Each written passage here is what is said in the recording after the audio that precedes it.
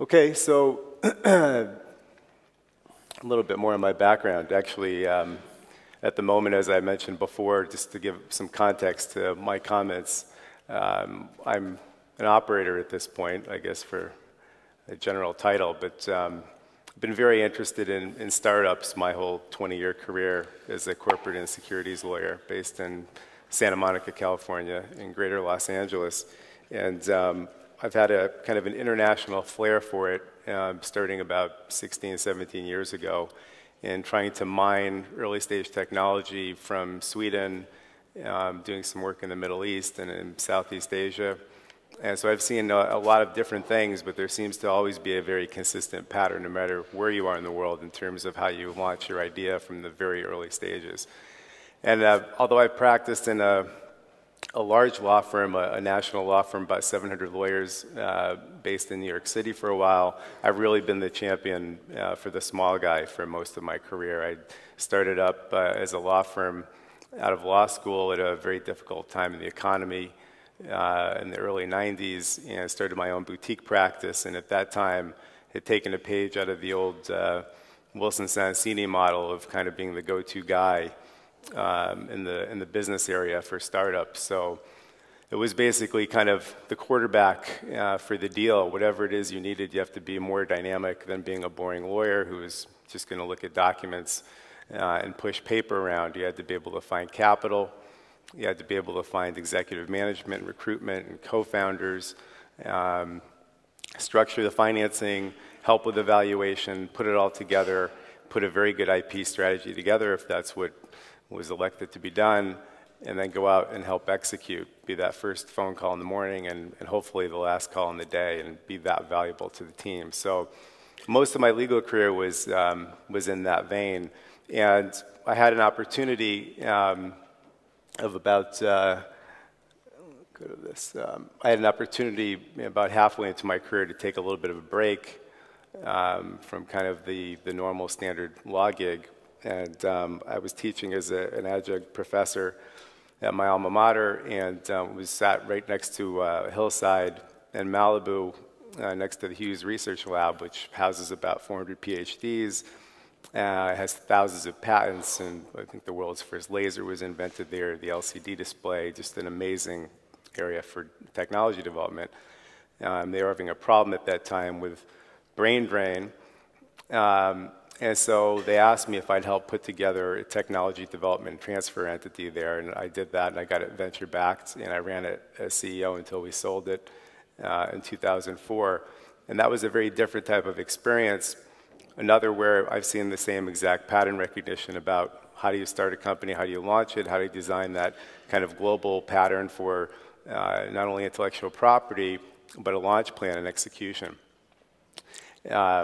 After that, I kind of had a different experience after the exit there, and I had the opportunity to become an angel investor and kind of band with other angels, and now what we kind of call super angels in our area, which were able to kind of commit larger amounts of capital, not quite obviously what the VCs were doing, but not as small as what the accelerators were doing. Kind of, you know, enough capital for $500,000, even up to $1 million, based on maybe a napkin of a business plan to get something going if we liked it. And that's kind of how I led to the most recent opportunity in Sweden, which we've been pretty successful at launching so far. So, you know, what I thought was interesting today, and kind of the last the speaker just before the lunch, which I thought he was great and kind of spiced it up a little bit, was his view on intellectual property. And I don't know that there's necessarily a standard view in launching a company. I'll get to that a little bit more, which I call the dynamic entrepreneur model, which I think is probably the most logical one. But of course, it's never a good idea to block yourself and be so frozen in the moment. It sometimes gets very intimidating at that very early stage about what to do, which is, you know, why there are really three paths. You know, what I call kind of the hope and pray, which unfortunately, you know, it sounds ridiculous, but many companies wind up in that category because I think they get kind of frozen not knowing how to get out of the gate. They don't have much capital, It can be expensive to go out and develop an IP strategy, hire a law firm and a lawyer and do all of that. You have to be creative. And of course, we all know what best practices would be. If we sit down and talk to a lawyer, you're going to get that right up front. We'll talk a little bit about that today. And the dynamic entrepreneur is the one that I think probably is the best approach and the one that we see the most of now, that this whole kind of VC venture model is really kind of developed a little bit more.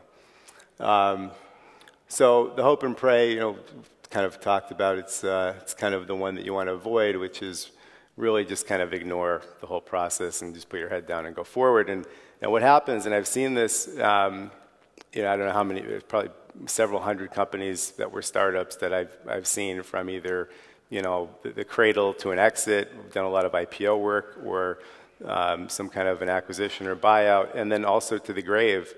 And, maybe what hasn't been talked about yet today, and maybe we'll get into a little bit more, is this notion of, well, what happens if you don't develop a good strategy, and what are some of the things that we've seen that are evidence of not having the proper strategy, not getting the right lawyer involved right up front, not having thought about it. And it's like anything else, you don't really know that until you're too far into it.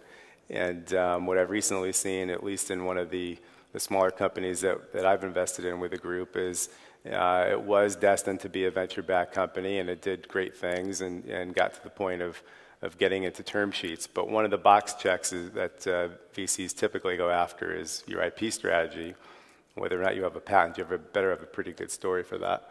So best practices, which maybe some of my colleagues here will get into even more than I will, but I think out of all these different things, which I think probably everybody here knows by now to do, there's a few keys, and I think probably the most obvious and important one is wherever it is you are, and I know this is, I think the title of this segment is global. For me, I had been that go-to guy, kind of that quarterback in the US, and that's how I presented myself when I went to Stockholm or if I went to Qatar or the Philippines. And it was true. I knew where the bodies were buried. I knew where the good people were. I knew where the patents, could be developed and filed, what law firms to go to for that. If, God forbid, something happened, the litigators. And it was different for different types of companies and different types of startups. And I think finding whoever that is, wherever it is in the world, and how you want to start, sit down first. And there's plenty of good lawyers I've met here in the last few days here, whether it's Glickman or Glimstead or S&R Denton in the US, whoever it is, really make that your very first step and don't be afraid of it.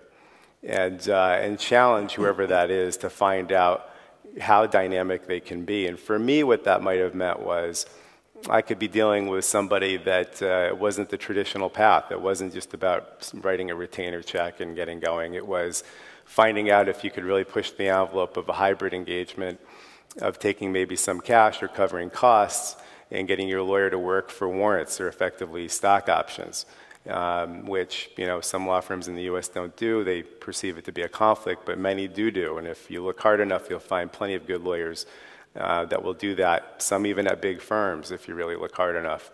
And it's usually a testament and an affirmation at this point, because many guys like us, we've seen enough things to know that if you get that kind of affirmation for a law firm to take their fees and put their money where their mouth is and take warrants or a blend of equity and cash, it really means something.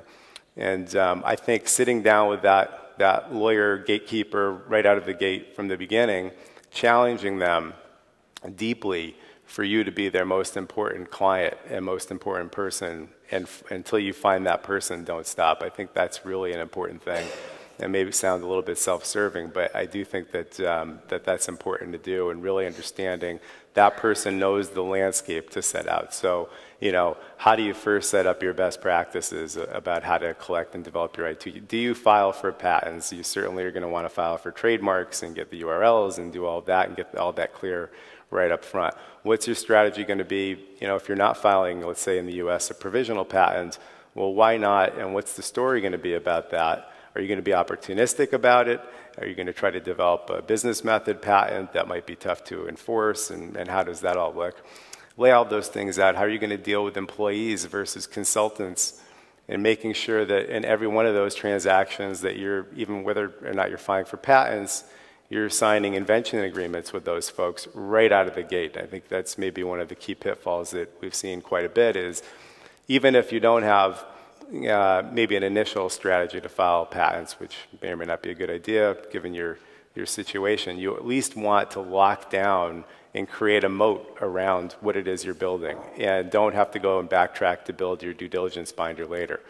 So you could think right out of the start, if you're a startup today and you're an entrepreneur today, build your due diligence binder today. Start it today. Literally create it. Create a physical one, create a digital one. Start organizing it really, really well. It'll help you immensely when you go back and you try to raise money, and especially at higher rounds. And you just start filling it in. And whoever your quarterback, your deal maker is, your lawyer, whatever, will guide you on in terms of what the documents should be. But to be honest, that's the easy part. Most of those documents are relatively form-based. So it's really not so much what they are, and I know there was some discussion before about term sheets, which was interesting. There's, minor variations of the theme of all of those documents, but it's most important to get the framework and the guide of what that's all going to look like.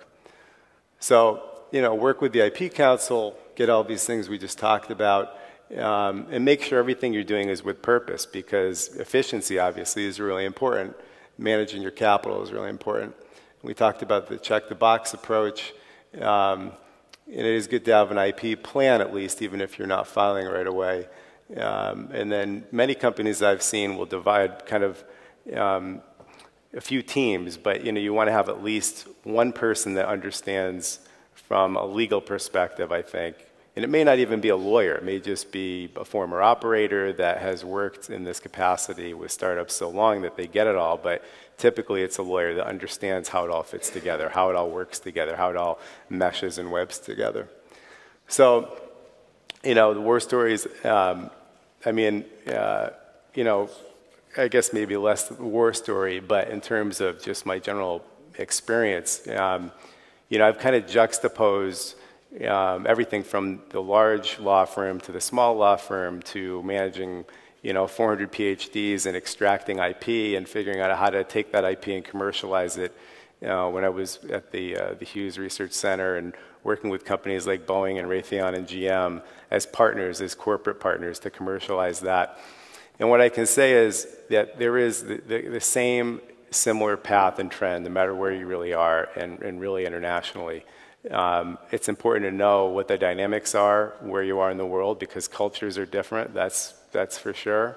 But the way business operates is the same, really, at the end of the day. So get that good design right up front and try to find somebody that you trust right out of the gate. I mean, it's one of the beauties of being a lawyer, which I'm trying to influence my children in that capacity, is it's an amazing thing as a lawyer. In day one, your client opens up every dark, deep secret and trusts you with everything right out of the gate. And it's a beautiful thing, and you want to establish that relationship as soon as possible. That's all I have. Thank you, Gerard. We will keep your questions to the last part of our panel. So let's be a little bit more specific, Silja.